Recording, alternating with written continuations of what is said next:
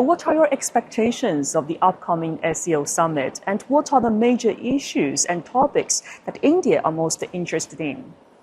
Yes, it is in many ways a historic SCO summit that is taking place here in China, in Tianjin, 2025. Prime Minister Narendra Modi is going to be attending this summit. And not just that, I think the SCO summit, the grouping, the countries are expanding as well. There are more and more countries that are becoming part of the SCO, which reflects time and age in which we live, where there is a requirement for more and more countries with sensibilities and thought processes and ideas that are in convergence with other countries, example, the existing SCO members, whether it is India or China, Russia, Pakistan, Iran, they all converging together, coming together, wanting to be part of the summit, wanting to be part of a grouping that is for the greater good, for the interest of each other's alignments, economic as well as political and strategic. All right, I also have a question for you. What do you think is the future of the India-China relationship between the two leaders? China and India are very ancient civilizations, and the two ancient civilizations has a long history of friendship over the past few years. And we know that this year is very significant for the bilateral ties, because this year marks the 75th anniversary of the establishment of diplomatic relations between China and India.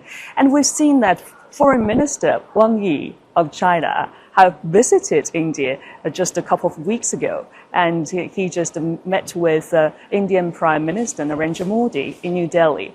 And I just, broadcasting that a very significant event when I was on there in the Beijing studio.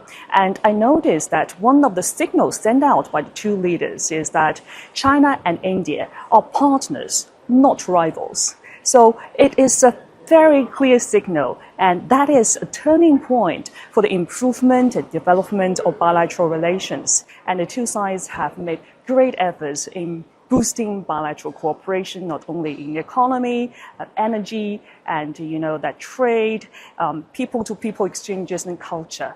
The joint declaration, the key outcomes of the SCO summit, which is something that is anticipated when the leaders convene. There are a lot of discussions and talks happen. What do you think could be the key outcomes of the SCO summit taking place here today? Yes, the most important thing is that President Xi Jinping will deliver a keynote speech during the highest level summit here in Tianjin. And lots of many other countries within the big SCO family will also gathering together. And one of the highlights is that this organization this year will just release a very important declaration. It's called the Tianjin Declaration. And that the other highlights is that we will also forge a blueprint for the future development. That is the strategic development plan for the next 10 years towards 2035. And we believe that China will just set new vision and propositions in carrying forward the Shanghai spirit. Now, the world is still overshadowed by power politics and unilateralism. What role do you think that SCO will play in safeguarding security in the region and also promoting multilateralism? It's interesting you mentioned about unilateralism, and in the face of unilateralism, there is this multilateralism that has emerged.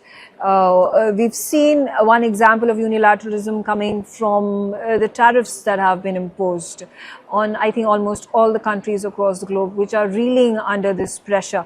SCO becomes that alternative voice, along with BRICS, to bring the countries within the global south to come together and support each other and cooperate with each other in building supply chains, in being able to build economic, trade, bilateral and diplomatic relations with each other, in further burgeoning your people-to-people connect, cultural connect, which is really important. I think this is exactly what SCO is, intent of building a grouping like this has been, and it has been extremely successful. And the fact that there are more and more countries who are vying for a place within the SCO makes it even more of a success story.